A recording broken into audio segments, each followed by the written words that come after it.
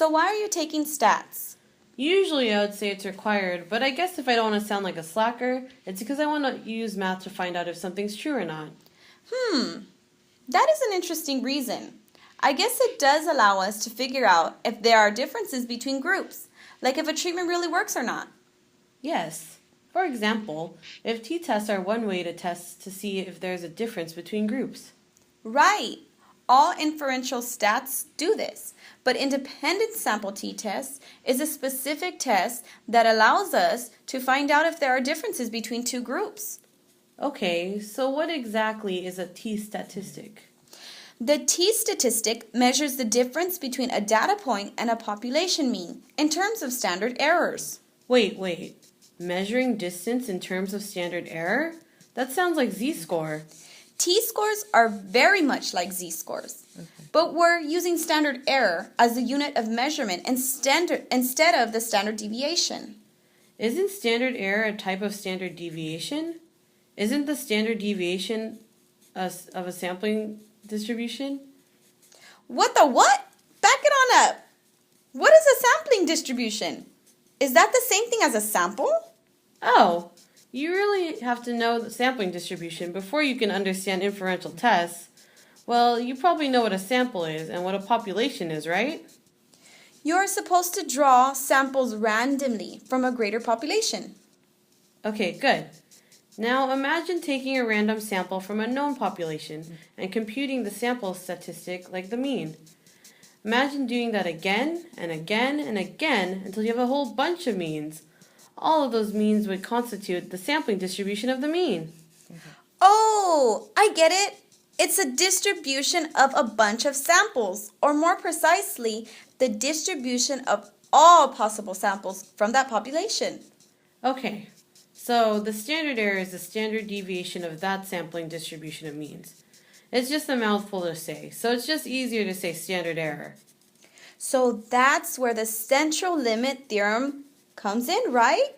That gives you the formula for standard error. True, but do you know why the CLT exists?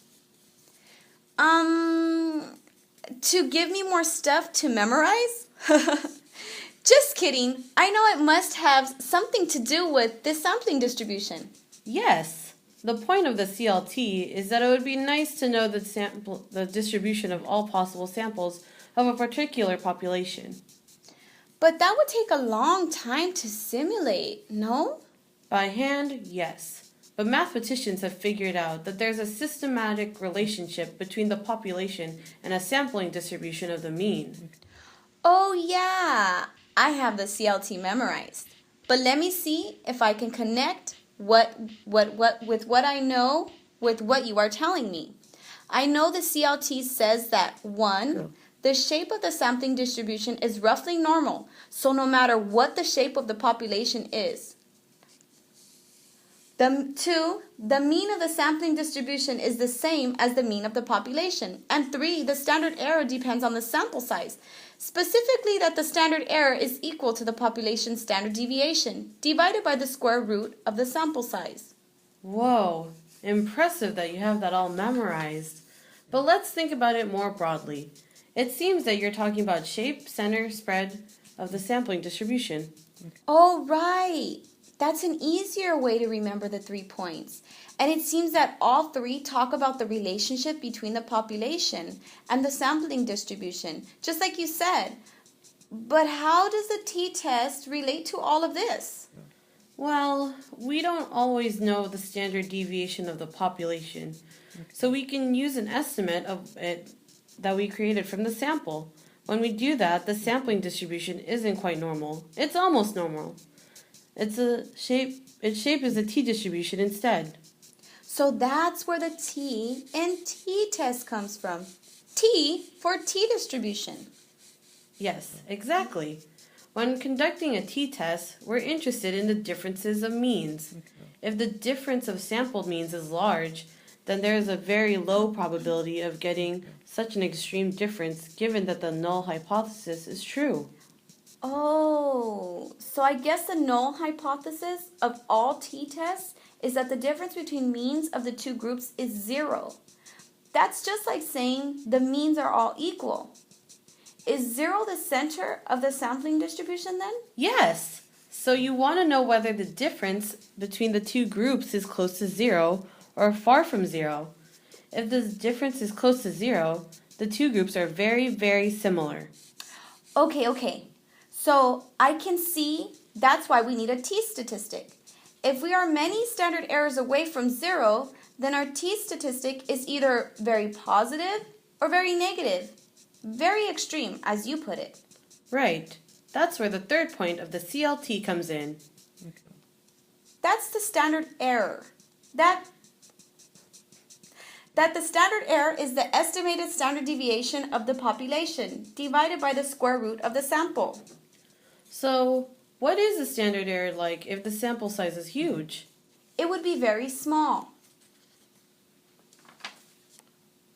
If your ruler is very small, then more of those can fit in the distance between the sampler.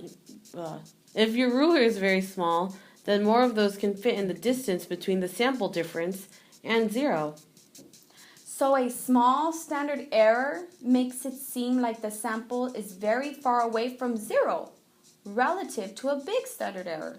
You got it. So now let me give you an example to use the t-statistic. Let's say you're trying to figure out if our treatment group, let's say the happy drug group, is different from the control group that doesn't get the happy drug. I guess if there is a big difference between the mean happy score of the drug group versus the control group, I can conclude that we can reject the null hypothesis. Well, but you can't just take the raw difference. You have to look at the difference measured in terms of standard error, because the people in each group are not all equally happy. Ah, that's why measuring in terms of variability is important. If people were similarly happy, then our unit of measurement, the standard error, would be small. And even small differences in means would appear big. Right. If you have a big t-statistic, it tells us that our treatment has significantly changed the happiness levels of people. Perhaps they end up significantly happier than the control group.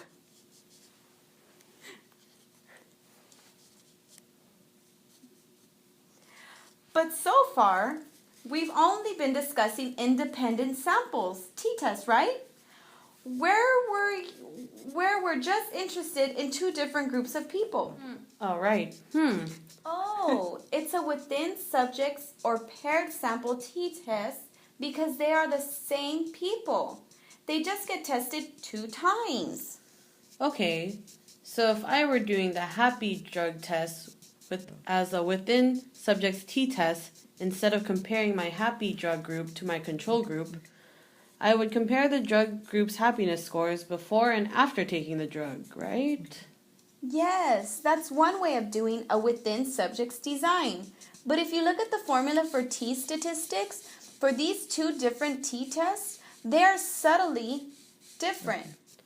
Let me see. Independent sample T formula is like this. The paired sample T formula is like this.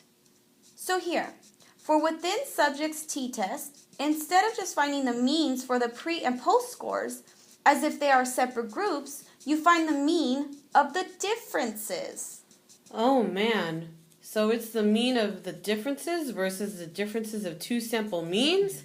It's like the same word said in different order.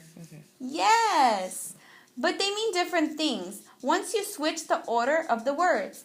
Finding the difference between the before scores and the after scores before finding the mean of those differences preserves the pairings of the scores. Oh, but in the independent sample T, since they are totally independent groups of scores, we just find the means of the groups first, before finding the difference between them. It also seems like the standard errors are different. Right. Point to within the subject's t-test. Here you find the standard error of differences, which is the standard deviation of sample differences divided by the square root of n. Whoa. How is standard error of differences different from standard deviation of differences? Hey, right. That is kind of confusing. You really have to know this well in order to see that there is an important difference between them.